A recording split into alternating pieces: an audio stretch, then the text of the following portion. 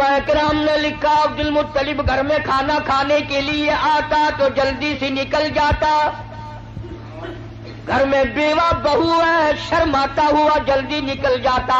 ہے بھی بیوہ, ہے بھی پیٹ سے, ہے بھی حمل سے, گھر میں نہ ٹھہرتا. ایک دن اشارہ کر کے حضرت کی دادی نے بٹھا لیا, میری ایک بات سن کے جانا.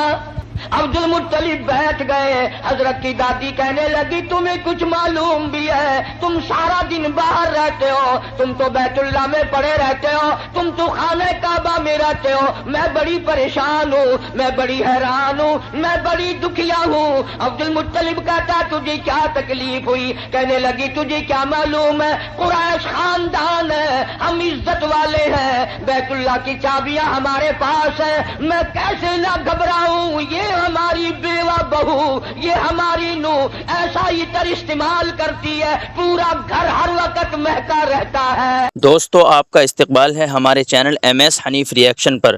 دوستو آج قاری حنیف بیان فرمائیں گے جس کا عنوان ہے حضرت آمنہ رضی اللہ عنہا کے پیٹ میں حضور صلی اللہ علیہ وسلم کے معجزات.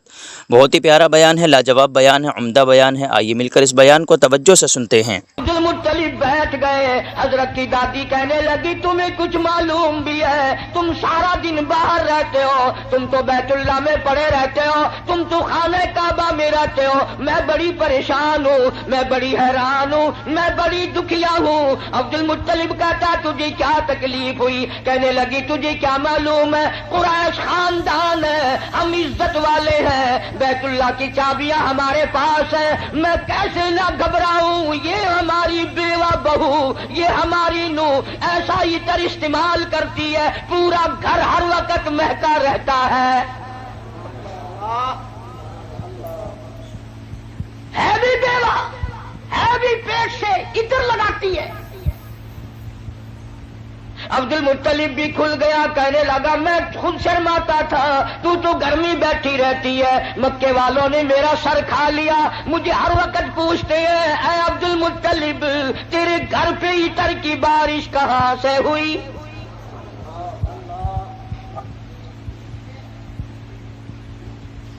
اور عبد المطلب نے بڑھ کر یہ بات کہی اپنی گھر والی سے, حضور کریم صلی اللہ علیہ وسلم کی دادی سے, کہ تو نے بات چھیڑ دی. یہ عطر کوئی عام عطر نہیں ہے, یہ ایران کا عطر نہیں, عراق کا عطر نہیں, فلسطین کا عطر نہیں, شام کا عطر نہیں, مصر کا عطر نہیں, یہ کوئی خاص خوشبو ہے. توجہ ہے سب کی. عبد المطلب نے کہا حضور کے دادا نے, تم دونوں ساس بہو ایک جگہ تو رہتی ہو, پوچھ کیوں نہیں لیتی کہ یہ عطر اس کے پاس آتا کہاں سے ہے؟ پوچھ کیوں نہیں لیتی کہاں سے یہ خوشبو تیرے پاس آتی ہے؟ آئے ہے کیا جواب دیا حضرت کی دادی نے. کہنے لگی تجھے کیا معلوم, میں تجھے کیا بتاؤں. کئی مرتبہ پوچھنے کے لیے اس کے قریب جاتی ہوں, کئی مرتبہ اس کو اپنے قریب بلاتی ہوں. جب میری نگاہ, میری نظر اس کے چہرے پہ پڑتی ہے, میرے پسینے چھوٹ جاتے ہیں. پوچھ نہیں سکتی میں, روم میں آ جاتی ہوں, میری زبان گنگی ہو جاتی ہے, میری بات ختم ہو جاتی ہے, میں نہیں پوچھ سکتی. آپ مرد ہیں, آپ پوچھ لیں. عبد المطلب نے آواز دی, بیٹی آمنہ. جی ابا, ذرا سامنے تو آؤ. اللہ اکبر. خانے وال کے مسلمانوں کیا نظارے ہوں گے, کیا وقت ہوگا جب سیدہ آمنہ دو جہان کی دولت کو لے کر سامنے آ رہی ہے. پوچھا ہے عبد المطلب نے, بیٹی برا نہ منانا, ایک بات پوچھتا ہوں, یہ عطر تجھے کون لا کے دیتا ہے, یہ خوشبو تجھے کون لا کے دیتا ہے جو تو استعمال کرتی ہے؟ اور میں یہ تجھے بتا دوں یہ عام عطر نہیں, کون تجھے دے کے جاتا ہے یہ عطر؟ ہر وقت بیڑے میں خوشبو, کمرے میں خوشبو, ہر جگہ خوشبو ہے. یہ تجھے عطر کون لا کے دیتا ہے؟ تم عطر استعمال کرتی ہو, بیوہ ہو کر, حاملہ ہو کر عطر لگاتی ہو. بوڑھی عورتوں کی عادت ہے بیچ میں ٹوک میں گل کرنے کی, بات کرنے کی. دادی کہنے لگی جی آپ کیا کہہ رہے ہیں, عطر لگاتی ہو, عطر لگاتی ہو. یہ کیوں نہیں پوچھتے کہ عطر پیتی کہاں سے ہو؟ جہاں تھوکتی ہے وہاں سے بھی خوشبو آتی ہے.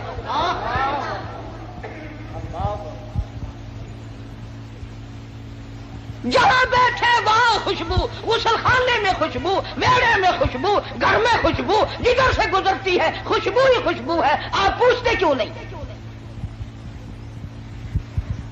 جناب سیدہ آمنہ رضی اللہ تعالیٰ عنہا رونے لگی، فرمانے لگی میرے ابا کوئی شک نہ کرو، کوئی شبہ نہ کرو، نہ میں نے کبھی عطر خریدا، نہ میں نے بازار دیکھا، نہ میں نے عطر والے کی دکان دیکھی، نہ مجھے کبھی کسی نے لا کے دیا، نہ تم لائے نہ میں لائی نہ اور کوئی لایا، پھر یہ عطر کہاں سے آتا ہے؟ روتی روتی نے اپنے دونوں ہاتھ پیٹ پہ رکھ دیے اور فرمانے لگی تنگ نہ کرو، مجھے ایسا معلوم ہوتا اس آنے والے مہمان کی برکت ہے.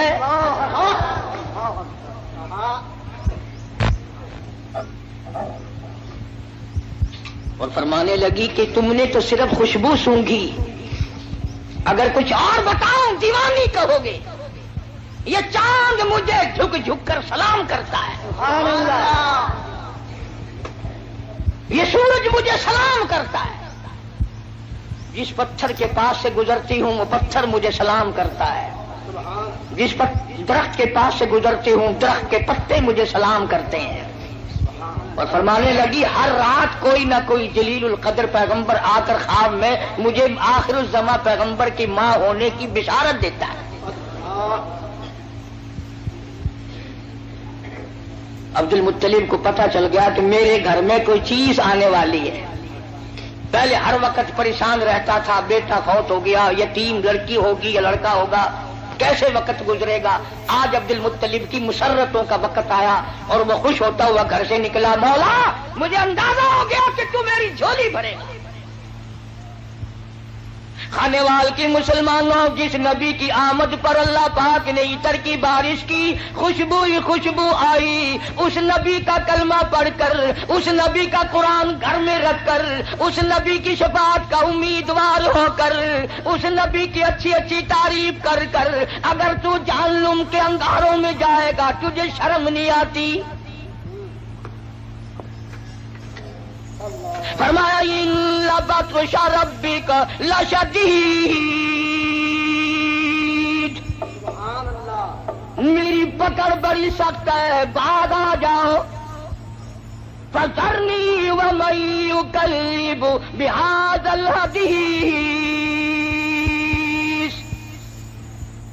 سنستدرجهم من حيث لا يعلمون وأملي لهم إن كيدي متين.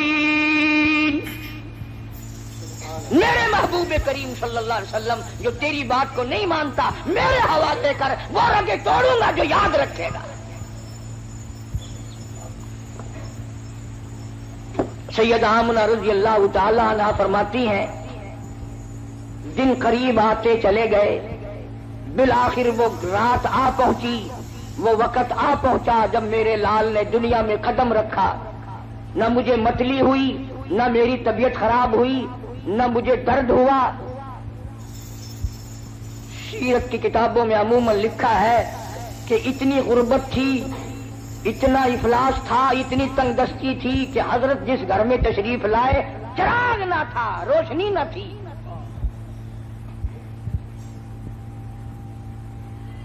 میری طبیعت اس بات سے اتفاق نہیں کرتی کہ گھر میں نبی کی آمد ہو رہی اور گھر میں چراغ نہ ہو، تیل کے لیے پیسے نہ ہو. میرا یہ عقیدہ ہے، میں اپنا یقین آپ کو بتاتا ہوں کہ اصل وجہ یہ تھی جہاں دو جہان کی نور نبوت آ رہی ہو وہاں مصنوعی بتیوں کا کیا کام ہے. الہ العالمین یہ ڈیوٹی میری لگاؤ، میں اعلان کروں گا، بشارت میں دوں گا، لوگوں کو متنبع خبردار کروں گا، لوگوں کو آگاہ مطلع کروں گا، لوگوں کو بتاؤں گا. وَإِذْ قَالَ عِیسیٰ ابْنُ مَرْیَم، توجہ کرنا، فرمایا میرے عیسیٰ جہالت سے دنیا بھر گئی، ضلالت سے دنیا بھر گئی، شرک سے دنیا بھر گئی، کفر سے دنیا بھر گئی. جہالت نے ڈیرے ڈال دیے، کفر نے انگڑائیاں لی ہیں. اور میرے عیسیٰ اتنا جلدی جا کہ باپ کا انتظار نہ کر، اور اتنا جلدی واپس آ کے موت کا انتظار نہ کر. اگر باپ کا انتظار کیا میرے محبوب کے اعلان میں دیر ہو جائے گی، کم سے کم 9 مہینے لگیں گے۔ دنیا کا دستور ہے جب کوئی اپنے محبوب کو بلانے لگتا ہے وہ چاہتا ہے آن کی آن میں آ جائے۔ خداوند کریم نے عیسیٰ علیہ السلام کو فرمایا میرے عیسیٰ اتنا جلدی جا، کیونکہ تیرے ذمہ ڈیوٹی ہے میرے محبوب کی بشارت کی، کالی کملی والے کی خوشخبری کی۔ اتنا جلدی دنیا میں جا، اتنا جلدی دنیا میں جا کہ باپ کا انتظار نہ ہو، اور واپس اتنا جلدی آ کہ موت کا انتظار نہ ہو۔ فرمایا وَمُبَشِّرًا بِرَسُولٍ يَأْتِي مِن بَعْدِهِ اسْمُهُ أَحْمَدُ۔ او لوگوں میں تمہارے سامنے ایک آنے والے در یتیم کی بشارت اور خوشخبری سنانے آیا ہوں، جن کا نامی اس میں گرامی حضرت محمد مصطفیٰ صلی اللہ تعالی علیہ وسلم ہوگا۔ عیسیٰ علیہ السلام نے بشارت دے دی، سارے انبیاء بتاتے چلے گئے۔ کوئی نبی علاقے کا تھا، کوئی نبی ایک شہر کا تھا، کوئی نبی ایک ملک کا تھا، کوئی نبی ایک زبان بولنے والوں کا تھا، کوئی نبی تحصیل کا تھا، کوئی نبی صوبے کا تھا، کوئی نبی کسی برادری کا تھا، کسی خاندان کا تھا۔ فرمایا جاؤ اب جو نبی آ رہا ہے وہ ساری کائنات کا نبی ہے، انسانوں کا نبی، پرندوں کا نبی، مچھلیوں کا نبی، جنگل کے جانوروں کا نبی، جنوں کا نبی، فرشتوں کا نبی اور نبیوں کا نبی تشریف لا رہے ہیں۔ جہالت اور زیادہ بڑھی سرزمین عرب میں، کفر نے وہ انگڑائیاں لی کہ ہر آدمی باہر ہو گیا۔ قریش کے خاندان میں حضرت عبداللہ حضور کے والد ماجد ہیں، سیرت کی کتابوں میں موجود ہے کہ ایک عورت کی حضرت عبداللہ پہ نظر پڑی حضور کے والد پہ، تو دیکھ کے کہنے لگی مجھ سے شادی کرو۔ حضرت عبداللہ شرم کے مارے نظریں جھکا کر نکل گئے۔ کچھ دنوں کے بعد حضرت عبداللہ کو اس نے پھر دیکھا، کہنے لگی شاید تم نے یہ خیال کیا ہوگا کہ میں کوئی بازاری عورت ہوں جو تمہیں شادی کے لیے کہتی تھی۔ اصل بات یہ نہ تھی، میں توریت کی حافظ ہوں، توریت میں آخر الزمان پیغمبر کے باپ کی جو میں نشانیاں پڑھتی تھی تیری پیشانی اس کی صداقت دیتی تھی۔ میری توریت میں آخر الزمان پیغمبر کے باپ کی جو نشانیاں ہیں تیری پیشانی ان کی گواہی دے رہی تھی۔ میں چاہتی تھی کہ آخر الزمان پیغمبر کی ماں ہونے کا شرف حاصل مجھے ہو جائے، اور آج تم وہ امانت کسی کے سپرد کر چکے ہو، اب میں تم سے شادی کے لیے تیار نہیں۔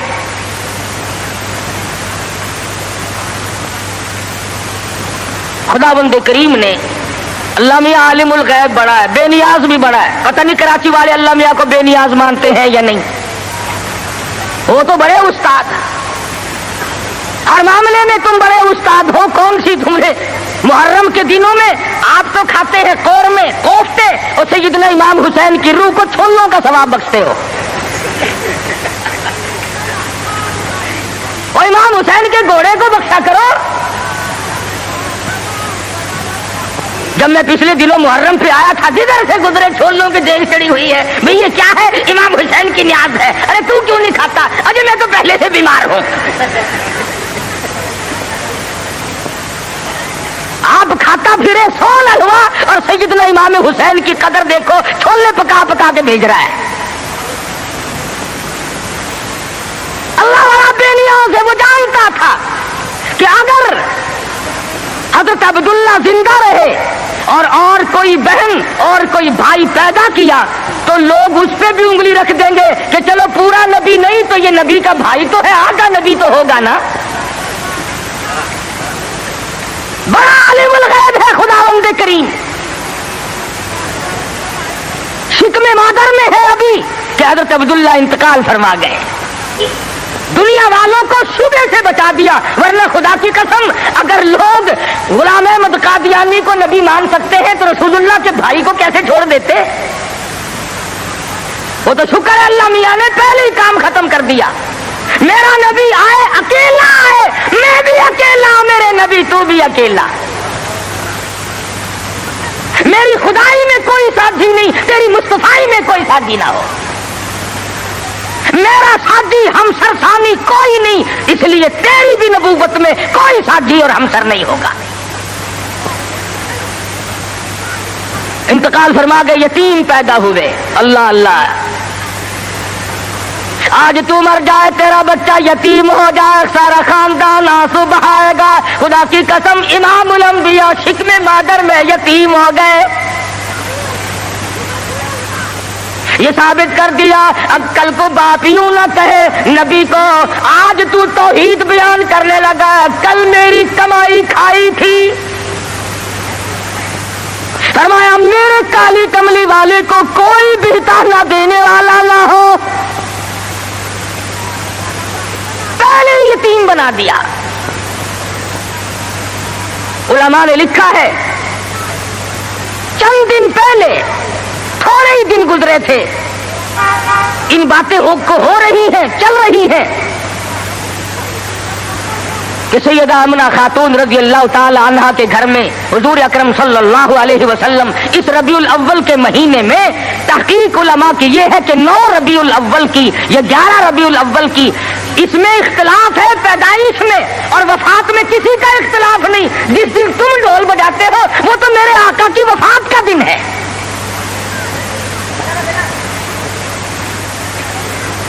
ولادت ہوئی، علماء نے لکھا ہے کہ سیدہ آمنہ خاتون کے گھر میں اتنی غربت تھی، اتنا افلاس تھا کہ چراغ میں تیل بھی نہ تھا۔ میں کہتا ہوں یہ بات نہیں، بلکہ اصل بات یہ ہے خداوند کریم کی ذات بے نیاز ہے۔ فرمایا جہاں پر 2 جہان کی روشنی نور نبوت آ رہی ہو، وہاں چراغوں کا کیا کام ہے؟ کیا کریں گے چراغ وہاں؟ ادھر دنیا میں قدم رکھا، فارس کی آگ بجھ گئی جو ہزاروں سال سے جل رہی تھی، قیصر و کسریٰ کے کنکرے گر گئے، طرح طرح کی بت قدوں میں سلسلے آ گئے، تمام دنیا میں چہل پہل مچ گئی۔ نجومیوں نے خبر دے دی ایک آنے والا آ چکا جس کے آنے سے شرک ذلیل ہو کر نکلے گا۔ آواز ان کی دائی آئی مکہ مکرمہ میں بچے لینے کے لیے، بچے ہاتھ میں پالے جاتے تھے، جو آتی ہے سنتی ہے بچہ تو اس گھر میں ہے مگر یتیم ہے، دودھ کے پیسے کون دے گا، معاوضہ کون دے گا، چپکی سی کھسک جاتی ہے، دوسروں کے بچے لے کر کے چلی گئی۔ حلیمہ دیر سے پہنچی، راستے میں کہنے لگی او دائی ہو، مکے کے سارے بچے لے آئی ہو یا کسی کو چھوڑ کے بھی آئی ہو؟ کہنے لگی ایک یتیم باقی ہے۔ حلیمہ کہتی ہے چلو مجھے اگر وہ بچہ نہ ملے گا میں نہ لے سکوں گی، اس بیوہ ماں کے غم میں شریک تو ہو جاؤں گی۔ دروازے پہ آتی ہے، دستک دیتی ہے، حلیمہ نے آمنہ نے دروازہ کھولا رضی اللہ تعالی عنہا۔ حلیمہ کہتی آمنہ میں نے سنا ہے تیرے لال کو کسی نے پسند نہ کیا۔ حضرت آمنہ کہتی ہے حلیمہ خبردار یوں نہ کہنا، بلکہ اصل بات یہ ہے کہ میرے لال نے کسی کو پسند نہ کیا۔ حلیمہ کہنے لگی چل زیارت تو کرا، تیرے یتیم کو دیکھ تو لوں۔ چادر اٹھائی، حسن کا لشکارا لگا، حلیمہ کی آنکھیں چند آ گئی، فکر پیدا ہوئی یتیم کے نام سے کائنات کی دولت آمنہ اپنے گھر میں لیے بیٹھی ہے۔ حلیمہ کہتی ہے آمنہ تیرا لال مجھے بہت اچھا لگا ہے۔ فرمانے لگی حلیمہ سیانی عورت ہو کر عقل کی بات کر، محبت کی ٹریفک 2 طرفہ چلتی ہے، عاشق کی طرف سے بھی معشوق کی طرف سے بھی۔ اگر تیرے دل میں محبت ہے تو یہ بھی تو سوچ لے میرے لال نے بھی تجھے پسند کر لیا ہے۔ کہنے لگی آمنہ میں نے ہزاروں بچے دیکھے مگر میں نے ایسا حسین بچہ نہیں دیکھا۔ آمنہ کہنے لگی میں نے بھی دیکھے ہیں بڑے بڑے حسین مگر آج تک میری آنکھ نے بھی ایسا حسین بچہ نہیں دیکھا۔ جبریل امین نے کہا کہ حلیمہ آمنہ تم تو ایک شہر میں رہتی ہو، تم کیسے دیکھ لیتی؟ ایسا حسین تو میری آنکھ نے بھی نہیں دیکھا۔ میں نے ایسی صورت والا آج تک پیدا کیا ہی نہیں. یہ صورت تو میں نے سنبھال کے رکھی تھی, یہ تو میں نے حفاظت سے رکھی تھی, یہ تو میں نے بچا کے رکھی تھی, اور یہ آخری نبی ہے. الہ العالمین اب تو پیدا کیا کرو گے, اب تو ایک آیا, دوسرا آئے گا, تیسرا آئے گا, اب تو بنانے لگے ہو. فرمایا نہیں, مجھے اپنے جلال کی قسم, جس سانچے میں نے صورت مصطفیٰ کو ڈالا ہے, اس کو بنا کر وہ سانچہ ہی میں نے توڑ دیا ہے. اب اور ایسا کوئی نہیں آئے گا. سیدہ آمنہ خاتون رضی اللہ تعالیٰ عنہ کہتی ہیں, میں بڑی حیران ہوئی, غلاظت سے پاک, گندگی سے پاک, صاف ستھرا چہرہ, مسکراتے ہوئے پیدا ہوئے. تشریف لاتے ہی میں نے جھک کے دیکھا میرے گھر میں روشنی کیسی ہوئی, یہ تابانی کیسی, یہ چاروں طرف چمک دھمک کیسی. جب میری نظر پڑی تو دیکھتی کیا ہوں, میرے یتیم کا سر سجدے میں ہے.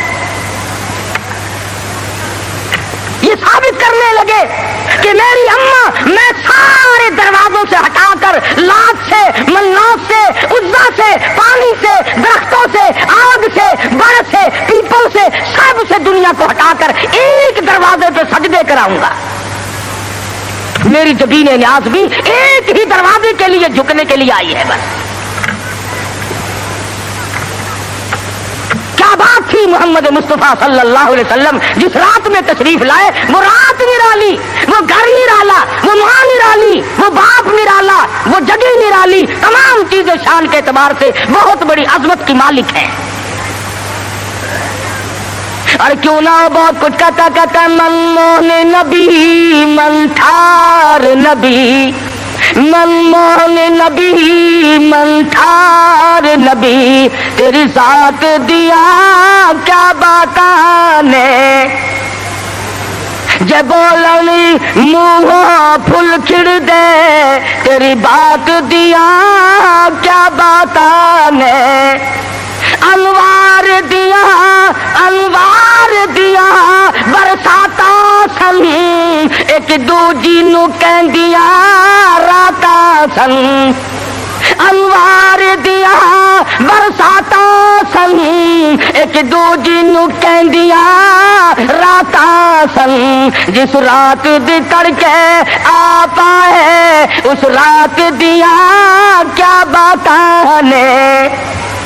وہ رات نرالی, وہ جگہ نرالی, کہتا کد کرم ہوئے سرکاراں دے, کد کرم ہوئے سرکاراں دے, غم تل گئے آگن ہارا دے. فتح اللہ والی سے جتے ملاقات دیا کیا باتاں ہے. محمد مصطفیٰ صلی اللہ تعالی علیہ وسلم کو حلیمہ جلدی جلدی لے کے نکلنا چاہتی ہے. میں کمزور عورت ہوں, کوئی اور نہ آ نکلے, آمنہ کی نیت نہ پھر جائے, میں اس دولت کو جلدی لے کے نکلوں. کیا منظر ہوگا جب حلیمہ لے کے نکلی ہے رحمت دو عالم, سب کہہ دو صلی اللہ علیہ وسلم. حضرت آمنہ مڑ مڑ کے اٹھ کے آتی ہے, حلیمہ زندگی کا کوئی پتہ نہیں, میرے یتیم کو پھر دکھا دے. اور کہتی ہے حلیمہ یتیم سمجھ کر بے پرواہی نہ کرنا, معاوضہ دینے میں جان لڑا دوں گی, بہت کچھ دوں گی, میرے یتیم کی قدر کرنا, بغیر باپ کا سمجھ کر بے پرواہی سے نہ کرنا. سیرت کی کتابوں میں موجود ہے, حلیمہ نے سینے سے لگایا ہوا ہے. حلیمہ کہتی ہے میرے سینے میں ٹھنڈ محسوس ہوتی تھی, گود میں لے کے بیٹھ گئی. حلیمہ کا خامند آگے بیٹھا ہے. اللہ میاں نے اونٹنی کو سمجھا دیا کہ دیکھیں میرے نبی کی طرف پیٹھ کیے بیٹھا ہے, اس لیے بے ادبوں کو اٹھا کر نہ لے جانا. نہیں چلتی, نہیں اٹھتی. حلیمہ کہنے لگی بختوں والا بچہ معلوم ہوتا ہے, آپ اپنی گود میں لے لیں. حلیمہ کے خامند نے گود میں لیا, خود بخود اٹھ کھڑی ہوئی اور بظاہر یہ کہنے لگی اب ادب تم نے کیا,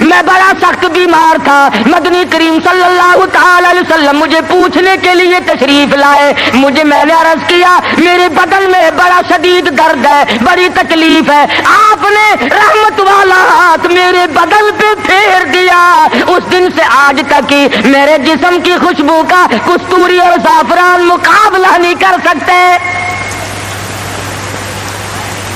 نبی نے جس کے بدن پہ ہاتھ پھیرا، ارے اس کی خوشبو ختم نہیں ہوتی، جو حلیمہ 2-2.5 برس تک سینے سے لگا کر دودھ پلاتی رہی، حلیمہ کو کتنا اونچا مقام ملا ہوگا۔ بچپن گزرا، جوانی آئی، شباب آیا، عادت ہے اللہ اللہ کرنے کی، عبادت کرنے کی، کئی دن کا کھانا دانا لے کر غار ہرا میں جا کر اعتکاف فرماتے ہیں۔ وہاں بیٹھے بیٹھے ایک دن فرشتہ آیا اور اس نے قرآن مجید کی 2 آیتیں سکھا دی، اتنا سرور آیا، اتنی لذت آئی، اتنا کیف آیا، اتنی حلاوت آئی، اتنا ذائقہ پڑا کہ حضور اکرم صلی اللہ علیہ وسلم بےتاب رہتے تھے کہ خدا کا قرآن اور کب فرشتہ لے کے آئے گا، کب وہی آئے گی، کب وہی آئے گی۔ حضور تو قرآن کا انتظار کرتے تھے، ہم انتظار کرتے ہیں کب؟ ہماری کوٹھیاں، ہمارے بنگلے، ہمارے گھر، ہماری بیٹھکیں، بچے قرآن پڑھنے کے لیے وہاں بلائے جاتے ہیں نا، مرنے کے بعد بچے قرآن خانے کے لیے بلائے جاتے ہیں، تو گلی میں سے جو گزرتا ہے تو بچوں کے پڑھنے کی آواز آتی ہے، وہ سمجھتا ہے یہ مدرسہ کب سے کھلا، وہ کہتا ہے یہ مدرسہ ہے کہ نہیں صاحب، یہ فلاں کا مکان ہے اور وہ فوت ہو گئی ہے، قرآن خوانی ہو رہی ہے۔ جب تک میں اور آپ مریں گے نہیں، ہمارے گھر کا قرآن کو رستہ نہیں مل سکتا۔ امام الانبیاء محبوب کبریا حضرت محمد مصطفیٰ صلی اللہ تعالی علیہ وسلم نے اعلان نبوت فرمانے کے بعد خدا کی قسم قرآن سنانے میں، لوگوں تک پہنچانے میں، رات دن جو دکھ اٹھائے، جو پریشانیاں جھیلی، وہ محتاج بیان نہیں۔ سیرت کی کتابیں اٹھا کر کے دیکھو، حدیث پاک کی کتابیں اٹھا کر کے دیکھو، ارشاد فرمایا جتنا اللہ کی راہ میں مجھے ستایا گیا اتنا کسی کو نہیں ستایا گیا۔ سارا مکہ گواہ ہے، کوئی گلی ایسی نہیں، کوئی چوک ایسا نہیں، کوئی بازار ایسا نہیں جہاں پر مدنی کریم صلی اللہ علیہ وسلم کو پتھر نہ مارے گئے ہوں۔ خود ارشاد فرماتے ہیں غیر تو غیر رہے، بیگانے تو بیگانے رہے، سگے چچا کا یہ حال ہے، ابو لہب کا یہ حال ہے، سر سے پاؤں تک جسم کا کوئی حصہ ایسا نہیں جہاں پہ سگے چچے کے ہاتھ کا پتھر نہ لگا ہو۔ آج امتی کہتا ہے نہ کوئی برا مانے، نہ کوئی ناراض ہو، اور بس تمام کام یوں ہی ادا ہو جائیں، تو اس طریقے سے کیسے ادا ہوں گے؟ اللہ کا قرآن بھی آ جائے، نبی کی سنت بھی ادا ہو جائے، فرائض اور واجبات بھی ادا ہو جائے، تمام چیزیں ادا ہو جائے، اور قوم بھی اور مخلوق بھی اور امیر بھی اور غریب بھی سارے راضی ہو جائے۔ علماء کرام نے لکھا ہے، ذمہ داری سے کہتا ہوں، مدنی کریم صلی اللہ علیہ وسلم کی زبان میں اگر تاثیر نہیں اور کس کی زبان میں تاثیر ہوگی؟ بیت اللہ میں کھڑے ہو کر قرآن کی تلاوت کرتے ہیں، ایک کافر نے دھکا دیا، پیشانی دیوار میں جا کے لگی، ناک سے لہو جاری، منہ سے لہو جاری، قرآن کی برابر تعلیم ہو رہی ہے، تلاوت ہو رہی ہے۔ گویا میرے آقا کی یہ سنت ہے کہ مار کھار قرآن پڑھ، مار کھا اور رب ذوالجلال کا نام بلند کر۔ تمہیں کیا معلوم کہ سرکار دو جہاں حضرت محمد الرسول اللہ صلی اللہ علیہ وسلم کو کن مشکلات سے دوچار ہونا پڑا، تم اور میں تو نہیں جان سکتے۔ ٹھیک ہے یہ بات مخفی نہیں ہے، اس کو کس کا کون انکار کرتا ہے کہ امام الانبیاء کا حسن، آپ کا جمال، آپ کا جو خداوند کریم نے سنت بخشی تھی وہ سارے جہان سے نرالی تھی۔ اور یہ بھی تو دیکھ کہ اس حسن پہ، اس چہرے پہ لوگوں نے پتھر مار مار کر اس کو زخمی کیوں کیا ہے؟ وہ کیا بگاڑ ہے؟ وہ کون سی بات تھی جس پر اپنوں نے مارا، پرایوں نے مارا، دل میں مارا، رات کو مارا شام مارا، اور حالت یہ ہوئی خود شہنشاہ کائنات نے درختوں کے پتے چبا کر گزارے فرمائے۔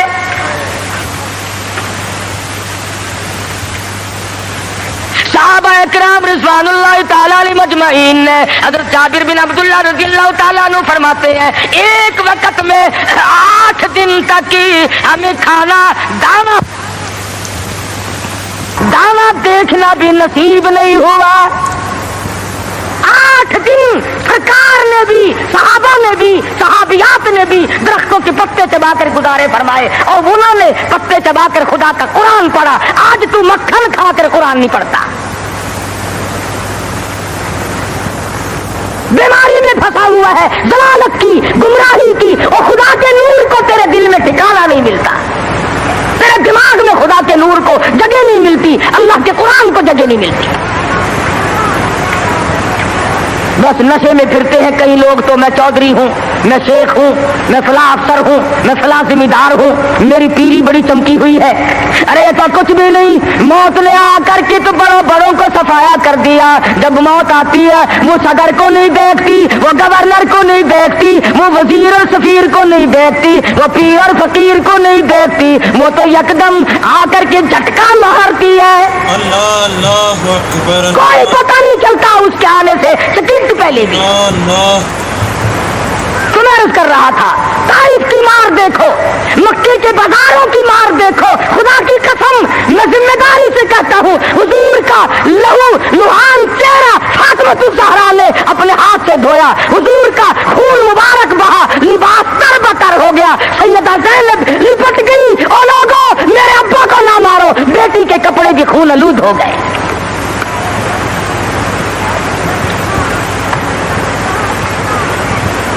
لے کر آئی تھی کلی جو کی تو منہ سے لہو آیا۔